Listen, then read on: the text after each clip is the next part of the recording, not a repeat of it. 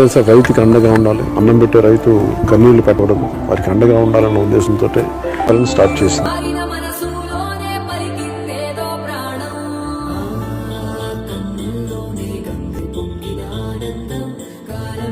ఆయన స్థానం వేరు, ఆ స్థానం వేరు.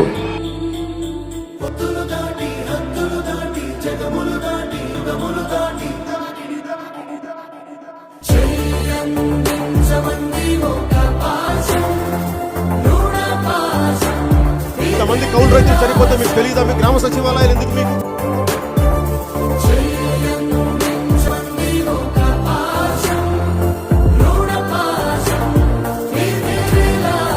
భవిష్యత్తు కోసం నిలబడే వ్యక్తులు ఎవరు?